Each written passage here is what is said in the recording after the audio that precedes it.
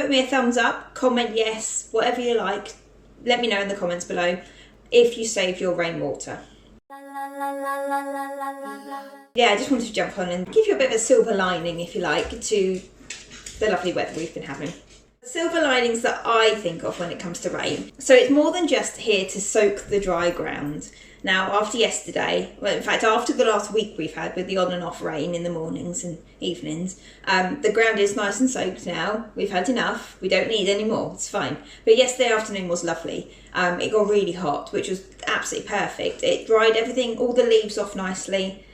It gave the garden a good bit of sunshine, and now it's come back because it does that. It's just lovely. But there are some more benefits to it, so I just wanted to go over a few of them. So first of all, put me a thumbs up, comment yes, whatever you like. Let me know in the comments below if you save your rainwater. A lot of gardens do. There are various different ways you can do it. Obviously the most common is a water butt.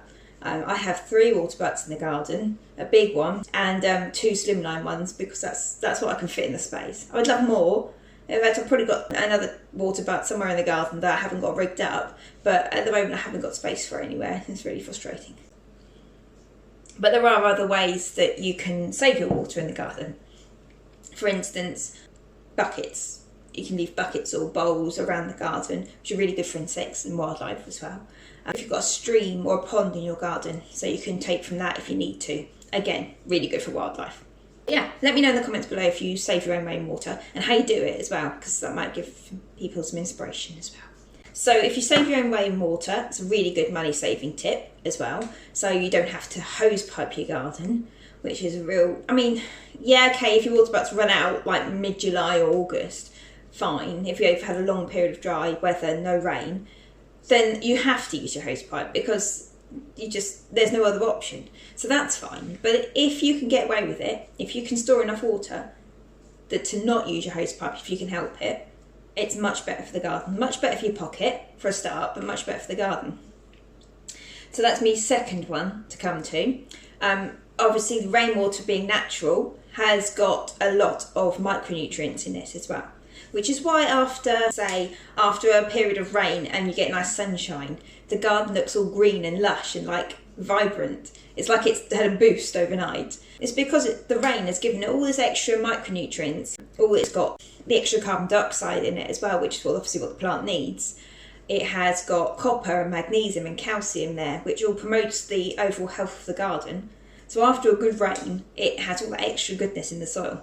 So that's another, obviously, good reason to use rainwater over tap water. Tap water also contains the fluoride and the chlorine to keep it clean and safe for us to drink, but the plants don't like that very much. In fact, I'm not particularly sure it's really good for us, but it's not killed me yet, it's fine. So yeah, they don't like that in large quantities. So if you hose pipe your garden or water from your tap every day, over time that will build up in the soil, and it doesn't have a beneficial effect at all on the soil, on the plants. So you're better off, if you're going to do that, if you've got no way of storing your own water, obviously try if you can, but if you've got no way of storing rainwater, fill a jug or a bucket up with tap water and then leave it to stand in the sunshine, or I don't know, I usually leave, for my houseplants, I leave a jug on the windowsill and then I use that around the house, but I leave it there for a good couple of days, but it cleanses it, if you like. It gets all the nasties out, and the plants love it so much more.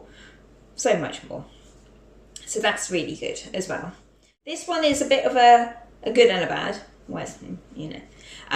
Rainwater contains more oxygen, which, yes, the plants don't really need the oxygen. That's more our thing. And we give them the carbon dioxide out of our oxygen.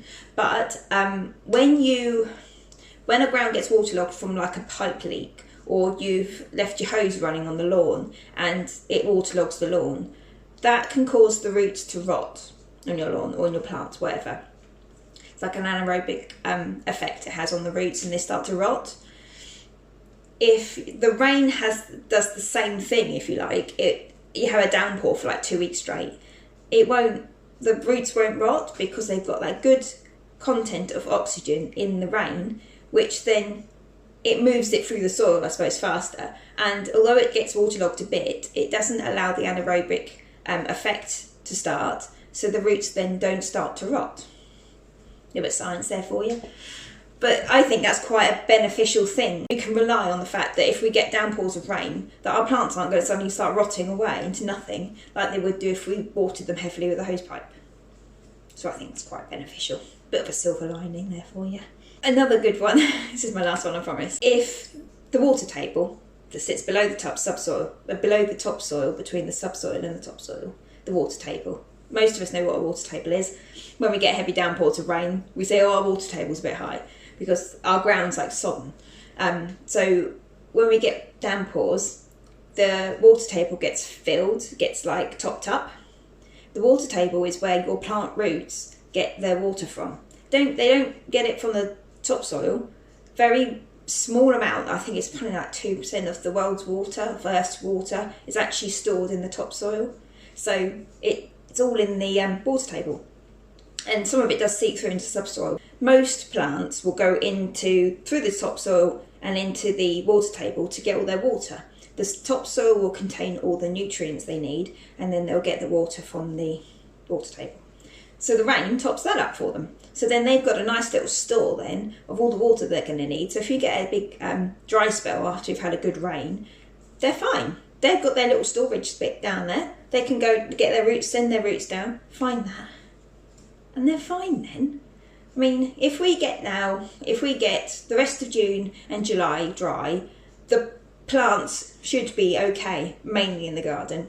Some of the bedding plants might struggle because their root systems are quite high to the surface, so they don't really get down to the water table. So you might need to help them out. But the bigger perennials, bigger plants, they'll be fine. They'll be all right. They'll find that water table and they'll take from that. So there's a bit of a silver lining as well to this weather. One thing I did want to mention as well, which is kind of relevant to rain and what I've been talking about, is the July workshop in the Gardens membership is about being water wise in your garden. Now I know the workshop, the membership is closed at the moment to new members. That's what's happening in July. We're talking about being water wise in your garden. So we're talking about how to store water, use it more effectively, setting up a good watering routine for your garden. So just ways to utilise and use the water better, more effectively in your garden for best results to promote the health of your garden. Your garden is quite important, and it's a really good time and money saver as well. So which is what we all need. We're all busy, so if we can save a bit of time and money, I'm there for you.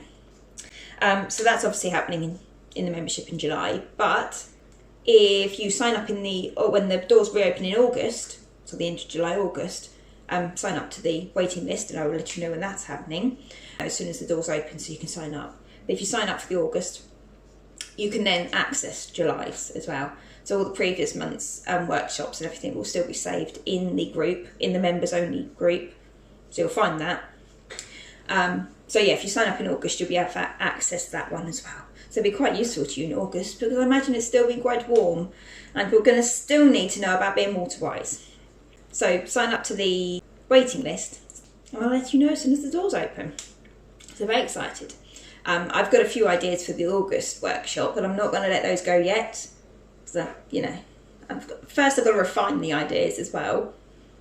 And then I don't want to let it slip to the members yet, because it's going to be quite a good one, I think. Hopefully those silver linings are going to brighten up your day. You'll look forward to the rain in future, and you know exactly the effect it's going to have in your garden. So we all know it's going to look lovely when the rain's passed and the sunshine comes back out. It's going to look lovely.